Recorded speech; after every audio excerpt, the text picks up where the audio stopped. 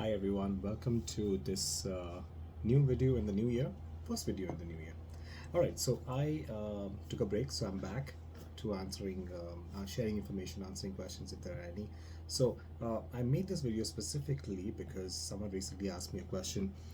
As a CISO, would I need to create and maintain a risk register, or do I have to, or should I, or can I do away with that, or make do without that, or if I do have one, what entries do I put in there? Should it be granular, like every CVE that has or does not have a patch goes in there, every risk goes in there, or should it be more generic, saying like something like insider threat management or insider threat? Should I just mention like that?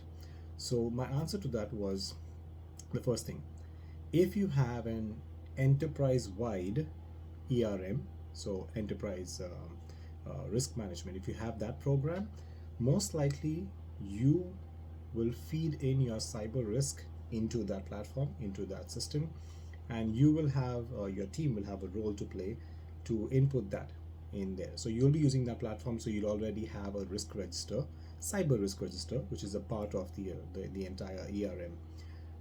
If not, let's say your organization does not have an ERM, I would say you will be much better protected if you do have a risk register. Now, why do I say that? You can do without that, but then you do not have a consolidated inventory of all your risks. You cannot show your executive team or your board what are the risks that your company is facing and how are you managing them, what are the important ones, what are the high importance, low importance. You need to share that. So to present that, you need to collate all your data at one place, in one place. Risk register is the best place you could do that. I would say have a risk register. Even if, I'm not saying you go buy a system, go buy a big platform, just start off with an Excel. All you need to put in is the risk, the likelihood, impact, if you measure it quantitatively or qualitatively, and how you are treating that risk. So either you're mitigating that risk and describe how you're mitigating it, if you're going to avoid that risk altogether, if you're going to transfer the risk by getting insurance or something, and after doing that, what's the residual risk?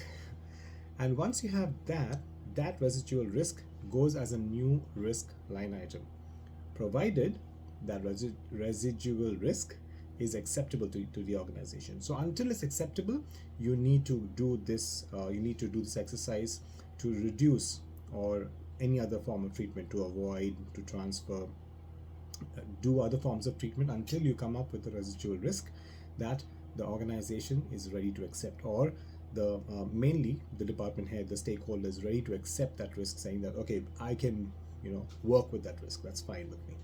But otherwise, you still need to go and carry on that exercise.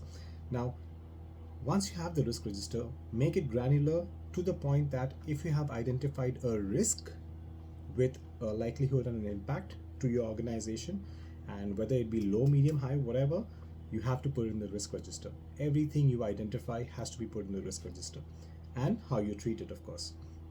Now, why don't we make it generic? The reason being, so for example, let me give you an example. If you have risks at home, no, it's not if, you will have risks at home. So for example, a category of risk would be slips and falls.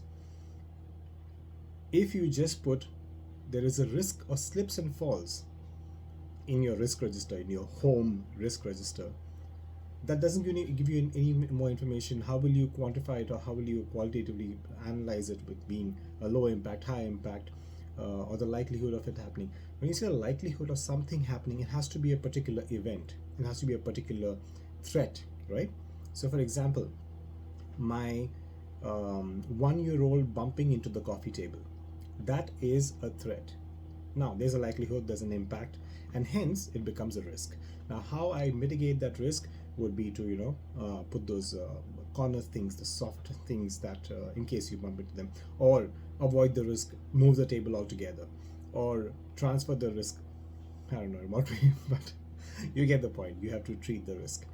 So the reason you have to be granular is so that you get specific about the risk that you have identified, not generic saying slips and falls, or not generic saying insider threat, because that doesn't give you any information as to what exactly are you trying to mitigate, what exactly are you trying to avoid, what exactly are you trying to transfer or accept. So if there's a risk of um, let's say me drinking, sorry, so where was I? Okay, so every risk has to be identified no matter how you treat it.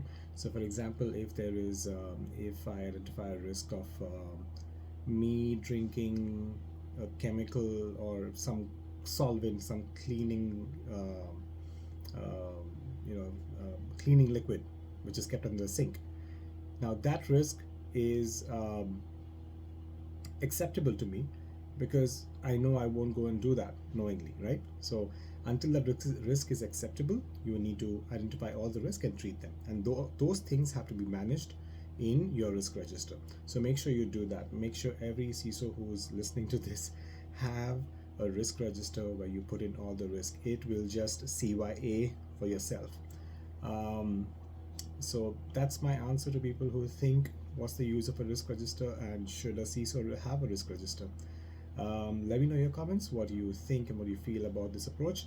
If you have any more questions or if you need to share any information, please put them down in the comment section below and I will see you in the next video. Thank you.